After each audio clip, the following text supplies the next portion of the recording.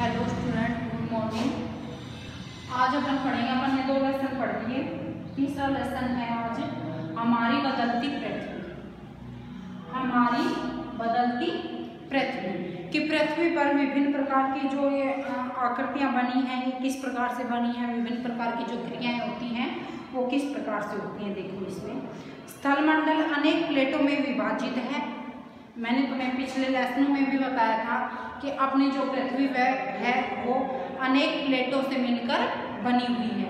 मुख्यतः 6 प्लेटें हैं और छोटी छोटी 20 प्लेटें हैं, उनसे मिलकर अपनी पूरी पृथ्वी बनी हुई है। ठीक है, जिसे स्थलमंडलीय प्लेट कहते हैं। आपको यह जानकर आश्चर्य होगा कि ये प्लेट हमेशा धीमी गति से चारों तरफ घूमती रहती हैं, कि ये प्लेटें कोई एक जगह स्थिर नहीं है, इनमें हलचल होती रहती है, यह घूमती रहती हैं जो ये प्लेटें हैं। ठीक है, प्रत्येक वर्ष केवल कुछ मिलीमीटर के लगभग ही यह घूमती हैं, लेकिन यह गति, इनकी जो ये प्लेटें घूमती हैं ना, इनकी गति इतनी धीमी होती है कि अपन को पता नहीं लगता। नहीं तो अपन भी सारे दिन घूमते रहे, अपन को थोड़े पता लगता है कि पृथ्वी में जो प्लेटें हैं वो घूम रही हैं। यह अपन को महसूस नहीं होता, इनकी गति बहुत ही धीमी होती है, कम होती है। पृथ्वी के अंदर पिघले हुए मैग्मा में होने वाली गति के कारण ऐसा होता है। पृथ्वी के अंदर पिघला हुआ मैग्मा एक वृत्तीय रूप में घूमता रहता है, जैसे कि क्रियाकलाप में दिखाया गया है। ठीक है, अब मैग्मा जो ज्वालामुखी आता है, आपने पिछले लेसन में भी पढ़ा था। पृथ्वी के आंतरिक भाग किस से मिलकर बने हैं, इसमें भी अपन ने पढ़ा था कि पृथ्वी के अंदर है, जैसे पृथ्वी में क्रियाएं होती रहती हैं। पृथ्वी के अंदर जो ज्वालामुखी आता है, आपने सुना होगा, जो ज्वालामुखी आता है, ज्वालामुखी के साथ जो लावा निकलता है, तो जो तप्त पदार्थ होता है, बहुत ही ज्वलनशील पदार्थ होता है, एक चिपचिपा सा, तो उसमें जब वो पृथ्वी के भार वायु के संपर्क में आ जाता है, जैसे यह समझ लो पृथ्वी, इसके अंदर जो यह लावा है उसे तो क्या कहेंगे, आंतरिक भाग में इसको क्या कहते हैं, मैग्मा। ये होती सेम ही चीज है, लेकिन और जब ये बाहर आ जाता है और फैल जाता है तो इसे क्या कहते हैं, लावा। यह किसके साथ निकलता है, यह ज्वालामुखी जब आता है ना, ज्वालामुखी के साथ यह बाहर निकलता है। ज्वालामुखी एक आंतरिक क्रिया है पृथ्वी में, जो कि अंदर से इसकी प्लेटों की हलचल से यह उत्पन्न होती है, और इसके साथ जो पृथ्वी के अंदर जो तप्त पदार्थ हैं, जो तरल पदार्थ हैं, वो बाहर निकलता है। तो वो जो पृथ्वी के आंतरिक भाग में रहता है उसे क्या कहते हैं, मैग्मा। और जब यही मैग्मा बाहर वायु के संपर्क में आ जाता है तो इसे क्या कहते हैं, लावा। ठीक है, प्लेट की इस गति के कारण पृथ्वी की सतह पर परिवर्तन होता रहता है। जैसे यह मान लो पृथ्वी है, अभी अपन पता ना, यह मान लो एक पृथ्वी, अपन ने पिछले लेसन में भी पढ़ा था पृथ्वी के आंतरिक भाग में। अब यह जो भारी है सतह, इसकी बात करनी है, भारी भाग, यह आंतरिक भाग हो गया, और इसके भार वाला यह भाग भारी हो जाएगा। ठीक है, पृथ्वी की गति को उन बलों के आधार पर विभाजित किया जाता है जिसके कारण यह गतियां उत्पन्न होती हैं। अब इसको 2 भागों में विभाजित किया जाता है। पृथ्वी के आंतरिक भाग में होने वाली गति को क्या कहा जाता है, आंतरिक बल। यह बल एक प्रेशर के द्वारा, क्योंकि कोई भी चीज बाहर जब निकलती है तो वो प्रेशर, जैसे अपन पानी उबालते हैं तो वो एक प्रेशर के द्वारा, बल के द्वारा ही तो बाहर निकलता है। तो यह बल के द्वारा ही यह गतियां होती हैं पृथ्वी के आंतरिक भाग में और बाह्य भाग में। तो आंतरिक बल, या अपन ऐसे भी बोल सकते हैं इसको, अंतर्जनित बल और बहिर्जात बल, और भार उत्पन्न होने वाले को बहिर्जात बल। ठीक है, कि पृथ्वी के आंतरिक भाग में तो जो उत्पन्न होते हैं उसे आंतरिक बल या अंतर्जात बल, और बाह्य भाग में सतह के ऊपर जो उत्पन्न होते हैं उसे बहिर्जात बल कहा जाता है। बल का मतलब होता है प्रेशर। तो जब अपन ने पढ़ा कि पृथ्वी के आंतरिक भाग में जो यह प्लेटों से बनी हुई है पूरी पृथ्वी, और इन प्लेटों में हलचल होती है। अब हलचल क्यों होती है, वो एक बल के कारण या प्रेशर के कारण होती है, कि जो भारी प्लेट होती है वो हल्की प्लेट के ऊपर या नीचे या साइड में से जैसे जो भी गति होती है उसकी वो करती रहती है। ठीक है, जो बल पृथ्वी के आंतरिक भाग में घटित होते हैं उन्हें अंतर्जनित बल कहते हैं, और जो बल पृथ्वी के सतह पर उत्पन्न होते हैं उसे बहिर्जनित बल कहते हैं। अंतर्जनित बल कभी आकस्मिक गति उत्पन्न करते हैं तो कभी धीमी गति। आकस्मिक का मतलब होता है अचानक, अचानक से कोई भी गति उत्पन्न करते हैं अंतर्जात बल। अंतर्जनित बल कभी आकस्मिक गति उत्पन्न करते हैं तो कभी कभी धीमी गति। भूकंप एवं ज्वालामुखी जैसे आकस्मिक गति के कारण पृथ्वी की सतह पर अत्यधिक हानि होती है। अब आंतरिक बल के कारण कौन कौन सी घटनाएं होती हैं?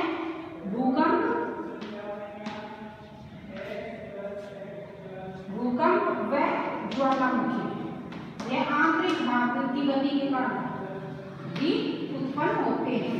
यह इसके दो उदाहरण है, आपको याद रखने हैं। ठीक है, आंतरिक बल के कारण कौन कौन सी उत्पन्न होते हैं? ये भूकंप पृथ्वी के अंदर आता है ना, वो प्लेटों की हलचल के कारण ही आता है। और ज्वालामुखी भूपर्पटी पर खुला एक ऐसा क्षेत्र होता है जिससे पिघले हुए पदार्थ अचानक निकलते हैं। मैंने अभी बताया था ना कि अंदर जब पिघला हुआ पदार्थ अत्यधिक मात्रा में जब उस पर प्रेशर पड़ता है तो वो बाहर निकलता है। जैसे अपन पानी बॉयल करते हैं, अधिक बॉयल कर देते हैं तो वो बाहर गिरने लगता है ना, इसी प्रकार से पृथ्वी के आंतरिक भाग में भी जो लिक्विड पदार्थ होते हैं, तरल पदार्थ होते हैं, वो बाहर निकलते हैं प्रेशर के साथ, तप्त होते हैं वो।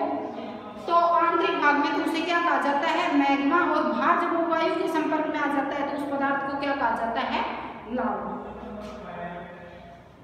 इसी प्रकार स्थलीय प्लेटों के गति करने पर पृथ्वी की सतह पर कंपन होती है। अब ये तो थे ज्वालामुखी पढ़ा अपन ने। ज्वालामुखी में मैंने तुम्हें बताया आंतरिक बल पढ़ रहे हैं अपन, ये एक बार पहले मिटा देती हूँ। पृथ्वी के अंदर उत्पन्न होने वाले बल कौन से, उनके कारण कौन कौन सी घटनाएं होती हैं? एक तो भूकंप और एक ज्वालामुखी। अभी ज्वालामुखी मैंने आपको समझाया कि तरल पदार्थ जब बाहर निकलता है ना स्पीड के साथ, तो जब वो पृथ्वी के आंतरिक भाग में जम जाता है तो उसे क्या कहते हैं? मैग्मा। और बाहर जम जाता है तो उसे लावा कहते हैं। अब भूकंप कैसे उत्पन्न होता है? पृथ्वी अनेक प्रकार की प्लेटों से बनी हुई है। अभी अपन ने पढ़ा कि पृथ्वी अनेक प्रकार की प्लेटों से बनी हुई है। अब ये प्लेटें जब इन प्लेटों में हलचल होती है, हलचल का मतलब या तो एक प्लेट एक दूसरे से दूर खिसकेगी, जैसे ये प्लेटें ये या तो एक दूसरे से दूर खिसकेंगी या एक दूसरे के पास आएंगी, या कई बार ऐसा होता है कि यह जैसे एक प्लेट इधर आ गई, एक प्लेट इसके नीचे ऊपर हो जाती है। ये तो इनसे अलग अलग प्रकार की तो कंपन पैदा होती है, क्योंकि इनकी गति अपन ने बताया, अभी अपन ने पढ़ा कि पृथ्वी है जो ये अनेक प्रकार की प्लेटों से बनी हुई है और इन प्लेटों में हमेशा हलचल होती रहती है, लेकिन वो धीमी गति से होती है। लेकिन कई बार ऐसे होता है कि अगर ये दूर खिसक रही हैं या नजदीक हो रही हैं तो इनमें अत्यधिक विस्फोट के रूप में या कंपन जब तेज होती है, दो चीजें टकराती हैं तो कंपन होती है ना, तो उसी से भूकंप आती है। ठीक है, भूकंप उत्पन्न कैसे होते हैं? इन प्लेटों में हलचल होने के कारण। भूपर्पटी के नीचे वह स्थान जहां कंपन आरंभ होता है उद्गम केंद्र कहलाता है। अब यह भूपर्पटी है, अपन ने भूपर्पटी मेंटल ग्रोथ पिछले लेसन में पढ़े थे ना अपन ने। अब जो जैसे ये भूपर्पटी है, ठीक है, पृथ्वी का भारी भाग, भूपर्पटी 5% बताई थी ना अपन ने, पिछले लेसन पढ़ा था। अब जब जैसे भूकंप समझ लो यहाँ से उत्पन्न हुआ, ये प्लेटों की आपस में टकरा हुआ, वहां कंपन पैदा हुई, तो इसको क्या बोलेंगे? उद्गम क्षेत्र। उद्गम क्षेत्र, भूकंप का उद्गम क्षेत्र। ठीक है, उद्गम क्षेत्र का मतलब क्या होता है कि जहां से भूकंप उत्पन्न हुआ है, उन प्लेटों के टकराने से जहां भूकंप उत्पन्न हुआ है उसे उद्गम क्षेत्र कहा जाता है। और उद्गम केंद्र के भूसतह पर उसके निकटतम स्थान को अधिकेंद्र कहा जाता है।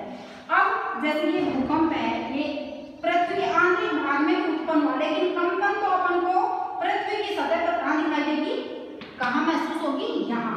तो यह क्या कहा जाएगा? अधिकेंद्र। ठीक है, इस भाग को क्या करेंगे? अधिकेंद्र, जहाँ पृथ्वी की सतह पर सबसे पहले भूकंप महसूस होता है ना, जहाँ उत्पन्न होता है पृथ्वी के आंतरिक भाग में उसे उद्गम क्षेत्र, और जहाँ पर पृथ्वी की सतह पर सबसे पहले महसूस होता है वहां पर अधिकेंद्र। क्या कहा जाता है उसको? अधिकेंद्र। ये आपको याद रखना है। अधिकेंद्र से कंपन भार की ओर तरंगों के रूप में गमन करती है। गमन का मतलब घूमती है। जैसे यहाँ अब ये तो है नहीं कि यहाँ ऊपर में, यहाँ ये चारों तरफ का जो क्षेत्र है इसके आसपास का, वहां सब जगह भूकंप अपन को महसूस होता है, लेकिन यहाँ अधिक होगा। फिर धीरे धीरे जो क्षेत्र बढ़ता जाएगा वहां इसकी रफ्तार कम हो जाएगी। अधिकेंद्र के निकटतम भाग में सर्वाधिक हानि होती है। अधिकेंद्र से दूरी बढ़ने के साथ भूकंप की तीव्रता धीरे धीरे कम हो जाती है। आ गए समझ में? जैसे यहाँ भूकंप उत्पन्न हुआ और इसका जो ये यहाँ है, यहाँ सबसे अधिक नुकसान होता है, यहाँ सबसे अधिक भयंकर भूकंप आता है, और इसे जो दूरी का जो क्षेत्र है उसमें कम भूकंप महसूस होगा अपन। अब आगे है देखो इसमें, यद्यपि भूकंप की भविष्यवाणी संभव नहीं, लेकिन यदि हम पहले से तैयार हैं तो इसके प्रभाव को निश्चित रूप से कम किया जा सकता है। भूकंप और ज्वालामुखी हैं, यह आकस्मिक मतलब अचानक होने वाली घटनाएं हैं। इनका अपन पहले से अनुमान नहीं लगा सकते, लेकिन कुछ लक्षण ऐसे होते हैं जिससे ये जो शोधकर्ता हैं वो पहले ही इनको बता देते हैं कि अगर भूकंप आए तो इस प्रकार से बचाव करना चाहिए। जैसे आपने नहीं कहते हैं कि भूकंप आए तो किसी बिल्डिंग के अंदर नहीं रहना चाहिए, बाहर खुले स्थान पे रहना चाहिए कि उसके नुकसान से बचा जा सके। स्थानीय लोग कुछ सामान्य तरीकों से भूकंप की संभावना का अनुमान लगाते हैं, जैसे जानवरों का व्यवहार करते हैं, तालाब में मछलियों की उत्तेजना, सांपों का धरातल पर आना, ये कुछ लक्षण मानते हैं स्थानीय लोग। ठीक है, अब अपन ने पढ़ा भूकंप और ज्वालामुखी, दो प्रकार के बल पढ़े हैं अपन ने, अंतर्जात बल और बहिर्जात बल। अब बहिर्जात बल अपन कल पढ़ेंगे, आज अंतर्जात बल पढ़े हैं अपन ने, उसमें भूकंप और ज्वालामुखी पढ़ा है।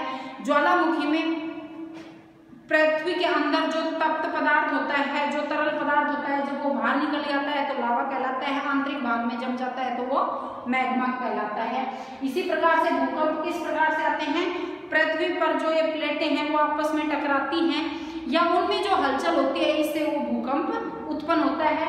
भूकंप जहाँ उत्पन्न होता है वहाँ उस क्षेत्र को क्या कहते हैं? पृथ्वी के आंतरिक भाग में उद्गम क्षेत्र, और जहाँ पृथ्वी की सतह पर सबसे पहले उत्पन्न होता है उस भाग को क्या कहते हैं? अधिकेंद्र। अधिकेंद्र पर सबसे अधिक नुकसान होता है भूकंप से। अब भूकंप से बचाव, जैसे इनकी संभावना, ये आकस्मिक घटनाएं होती हैं। आकस्मिक का मतलब अचानक घटनाएं होती हैं, इनका अपन पहले से अनुमान नहीं लगा सकते, लेकिन इनका बचाव अपन कर सकते हैं। अब अपन कल पढ़ेंगे बहिर्जात बल या मुख्य स्थलाकृतियां कौन कौन सी बनती हैं इनके द्वारा। ठीक है।